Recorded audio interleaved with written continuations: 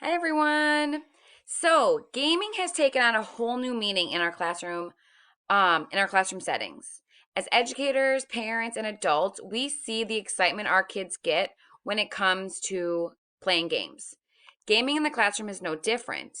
Games have become a great motivator in our classrooms, and according to the article, Designing Video Games to Improve Student Motivation, educational gaming can connect real world issues and content being taught in class to encourage problem based learning. When educators effectively incorporate games into their classroom, students are able to transfer what they are learning in class and those skills and apply them to the goal of the game. Another great thing about gaming in the classroom is that you can find games that will fit any sort of technology that you are using.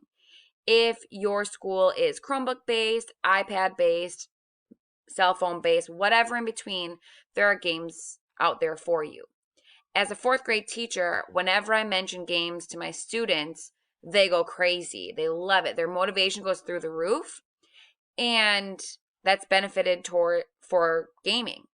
Oftentimes, regardless of our intent, our students are sitting for a long period of time listening to instruction. When we can break that up, when I break that up with games, my students' focus and their attention is much greater. We use Bridges for math, and that math program has built-in games for certain lessons. Students absolutely love that game time. They can get out of their seats, they can work with friends, and it allows me to see what my students can do or can't do. Maybe some students need some enrichment, maybe some students need more one-on-one work with me, or maybe they just need the help of a classmate and some student coaching. Um so gaming gives me a time to kind of informally assess my students as well. However, there are challenges to gaming as well. One challenge that a game-based educational system often runs into is the validity of the games. If you don't have a program or curriculum like Bridges that has built-in games that fit the content in it, creating and finding games that kind of weave content and mastery into a game style format can be challenging.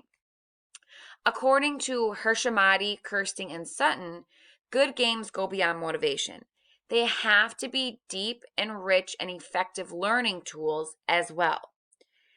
Another problem that can arise is how games and the feeling behind them tend to shift or can shift if not used properly. What I mean by that is if games become sort of a mandatory rule based, I have to get a certain score type of feel, they lose that motivation factor and become more of a feeling of it's just regular school.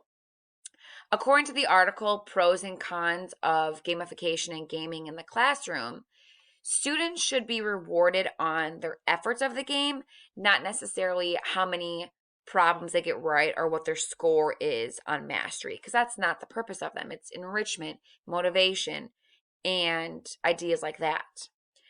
I would definitely argue that schools should adopt game based learning in some way, shape, or form in every classroom. Leading figures in academia, design, and policy held a conference at Stanford University discussing the gamification or gamifying our 21st century classrooms. Malcolm Bauer, a former professor at Carnegie Mellon University, discussed that people everywhere play games, except in school. Games should be introduced in school because games are a part of our students' everyday lives. Constance Steinkuhler, a policy analyst at the White House of Science and Technology Policy, discovered that in boys especially, when they could use video games or gaming in some way to drive their reading instruction, they pushed themselves harder. They became better readers. They wanted to read, even if before they were struggling readers. Lastly, Dan Schwartz, a professor at the Graduate School of Education, stated that gaming in the classroom isn't really about the knowledge that the students are acquiring. It's about the choices and teaching students to make choices. For example, when students play a game in the school setting, They can't just abandon, walk away, give up if they fail. They have to push through it. They have to make choices to work beyond those failures and work beyond those kind of things that they may not have done correctly. Video games are fun, but they're more than that in the classroom. When students can use technology and gaming in the classroom, motivation increases, students work harder, and their engagement skyrockets.